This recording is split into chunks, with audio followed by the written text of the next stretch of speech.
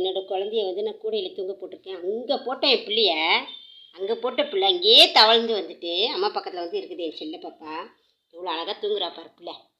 அவள் இப்போ தூங்குறாமா. அவள் வந்து 12 மணிக்கு தான் பிள்ளை எந்திரிப்பா. அதை எந்திரிச்சிட்டான். சே படுத்து குடிச்சாலும் அங்கே படுத்துக்கணும். இந்தமாரி வாயில்லாத ஜீவனுங்கக்கிட்ட வந்து அன்பு காட்டுங்க. நிறைய பேர் வந்து கல்லை தூக்கி அடிக்கிறீங்க, அதுக்கு நல்ல சாப்பாடு போடுறது கிடையாது. அந்த மாதிரிலாம் பண்ணக்கூடாது. அன்பு காட்டுங்க வாயில்லாத ஜீவனுங்கிட்ட, நல்லா சாப்பாடு போடுங்க. நாங்கள் பழைய வீட்டில் இருக்கும்போது இப்படி தாங்க வந்து பார்த்திங்கன்னா ஒரு நாயை வந்து நாங்கள் வளர்த்தோம். ஒரு நாயை வந்து நாங்கள் வந்து பழைய வீட்டில் இருக்கும்போது ஒரு நாயை வளர்த்தோம். அதனால் அந்த நாய் வந்து பார்த்திங்கன்னா வெளியில் தான் வந்து நாங்கள் வந்து வளர்த்தோம். சாப்பாடு போட்டோம், முட்டை அவிச்சு எல்லாம் கொடுப்போம் அந்த நாய்க்கு. நல்லா எங்கள் மேலே ரொம்ப பாசமாக இருந்துச்சு அந்த நாய்.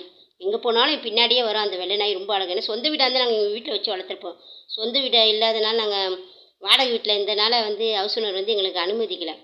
அதனால் நாங்கள் வந்து என்ன பண்ணோம் பார்த்திங்கன்னா, வீடு காலி பண்ணி வந்துட்டோம். வந்து இங்கே வந்து 3 மாதம் ஆகுது. அந்த நாய் பாருங்கள், சொந்த பந்தம் கூட இன்னும் எங்களை வந்து தேடி வரல. 3வது மாடி ஏறி என்னை பார்க்க வந்துச்சு அந்த நாய். ஏறி வந்தோடனே அது கறியெல்லாம் போட்டு அதுக்கப்புறம் போய் அதை கொண்டு போய் ஹவுஸ் ஓனர் சொல்லிட்டாங்க, அது எங்கே இருந்துச்சு அங்கேயே கூட்டு போய் விடுனேன். அதுக்கப்புறம் நான் போய் அங்கே எங்கள் அம்மா வீட்டுக்கிட்ட போய் அந்த நாயை போய் விட்டுட்டு வந்தேன். நான் இருந்த தெரு 4வது தெரு இருந்தப்போ நேதாஜி நகர் 4 வருஷம் நாங்கள் வந்து குடியிருந்தோம். அங்கே போய் விட்டுட்டு வந்துட்டேன் அந்த நாயை. விட்டுட்டு வந்தோடனே அந்த நாய் விட்டுட்டு கொஞ்சம் நாள் கழிச்சு மறுபடியும் இந்த நாய் பார்க்கலான்னு போனேன். நான் எப்போயும் நான் தெருவுக்கு போவேன். ஏன்னா எங்கள் அக்கா எல்லாமே எங்கள் தங்கச்சியெல்லாம் அங்கே தான் குடியிருக்காங்க. போய் நான் வந்து அங்கே பார்க்க போகும்போது அந்த நாய் வந்து பார்த்திங்கன்னா ஒரே அழுவை. செம்மையாக வந்து அழுதுச்சு. அது அவ்வளோ பாசம். ஏமா இவ்வளோ நாள் கழிச்சு என்னை பார்க்க வரேன்னு கண்ணெல்லாம் தண்ணி. பிஸ்கெட் வாங்கி போட்டேன். நாய்க்கு எப்போயும் பிஸ்கெட் வாங்கி போடுவேன். ரொம்ப அந்த நாய்ங்க மேலே நம்ம பாசமாக தான் இருந்தோம். தண்ணி எப்போயுமே அந்த நாய்க்கு தண்ணி வந்து எங்கள் அம்மா வீட்டுக்கு, அப்போ எங்கள் அம்மா வந்து அங்கே தான் இருந்தாங்க. அம்மா காலி பண்ணி போய் வேறு ஒருத்தவங்க வந்துட்டாங்க அந்த அந்த வீட்டில் குடியிருந்த வீட்டில். அங்கே நாங்கள் தண்ணி மகளை நாய்க்கு எப்போவுமே வைப்பேன். அந்த மகையும் தூக்கிட்டு போயிட்டானுங்க. மறுபடியும் எங்கள் அக்கா ஒரு மக்கு மறுபடியும் வாங்கி வச்சுச்சு. மறுபடியும் அந்த புது மக்கு மறுபடியும் தூக்கிட்டு போயிட்டானுங்க. அந்த மக்கை ஒரு நாய்க்கு வைக்கிற மக்கை கூட திருடி வாயில் போட்டுருவானுங்கன்னு நினைக்கிறேன். அதுக்கப்புறம் மறுபடியும் ஒரு டப்பா பக்கத்து வீட்டு அக்காட்ட சொன்ன, ஒரு வாயில்லா ஜீவனுக்கு தண்ணி வைங்க, அவ்வளோ நன்மை துவா வந்து அது அல்லாக்கிட்ட கேட்குன்னு. அதுக்கப்புறம் அது அவங்க சொன்ன மாதிரி அது மாதிரி வச்சாங்க. எப்போ போனாலும் அந்த நாய் மேலே பாசமாக தான். நீங்களும் வந்து வாயில்லாத ஜீவனுங்க மேலே வந்து அன்பு காட்டுங்க. யாரும் வந்து நாயை வந்து கள்ள தூக்கி அடிக்கிறது, எந்த ஜீவனையும் வந்து நம்ம கொல்லக்கூடாது. அல்லாவோட படைப்பு அது. புரியுதுங்களா? நான் எங்கள் வீட்டில் பாருங்கள் இவ்வளோ காக்காங்க, நிறைய பறவைகள்லாம் எங்கள் வீட்டில் வரும். புறா இது எல்லாமே நாங்கள் எங்கள் பறவைங்களுக்கு சாப்பாடு வச்சுட்டு தான் வந்து எப்போவுமே எங்கள் பறவைங்களுக்கு நாங்கள் சாப்பாடு வச்சுட்டு தான் நாங்கள் சாப்பிடுவோம். காக்கா, புறா, அணில், அப்புறம் பூனை எல்லாமே வரும் எங்கள் வீட்டுக்கு. எல்லா ஜீவனும் அந்த காக்கா பாருங்கள் சோறு வைக்கும்போது தினம் கத்தம். அது எல்லா காக்காவை கூப்பிடுவோம். அது பத்தாதிக்கு வந்து அந்த காக்கா வந்து இன்னொரு காக்காவுக்கு வந்து சாப்பாடு ஊட்டுது.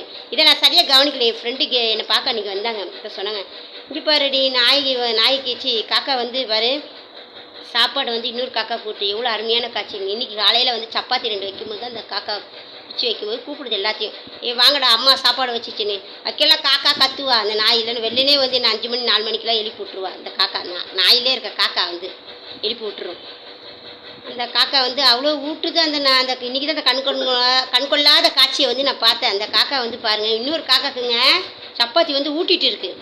அவ்வளோ அழகாக இருக்குது பார்க்கவே. பாருங்கள் அந்த வாயில்லா ஜீவன் பாருங்கள் எவ்வளோ அன்பாக இருக்குது. அதுங்க கூட இன்னொருத்தவங்களுக்கு கொடுத்துட்டு சாப்பிடணும்னு என்ன இருக்குது. அந்த மாதிரி எப்போயுமே சாப்பிடும் போது அடுத்தவங்களுக்கு கொடுத்துட்டு சாப்பிடுங்க. சாப்பாடு யாரும் வேஸ்ட்டாக கீழே இது பண்ணாதீங்க. தான தர்மத்தை நிறைய அள்ளி பண்ணுங்கள். உங்களுக்கு பிடிச்சிருந்தா எங்கள் சேனலுக்கு வந்து லைக் கொடுங்க, சப்ஸ்கிரைப் பண்ணுங்கள், கமெண்ட் பண்ணால் நல்ல கமெண்டை பண்ணுங்கள், இல்லைன்னா பண்ணாதீங்க. அதே மாதிரி சப்ஸ்கிரைப் பண்ணுங்கள். அப்போ தான் நாங்கள் போடுற வீடியோ ஒவ்வொன்றுமே வந்து உங்களுக்கு வரும். Okay bye.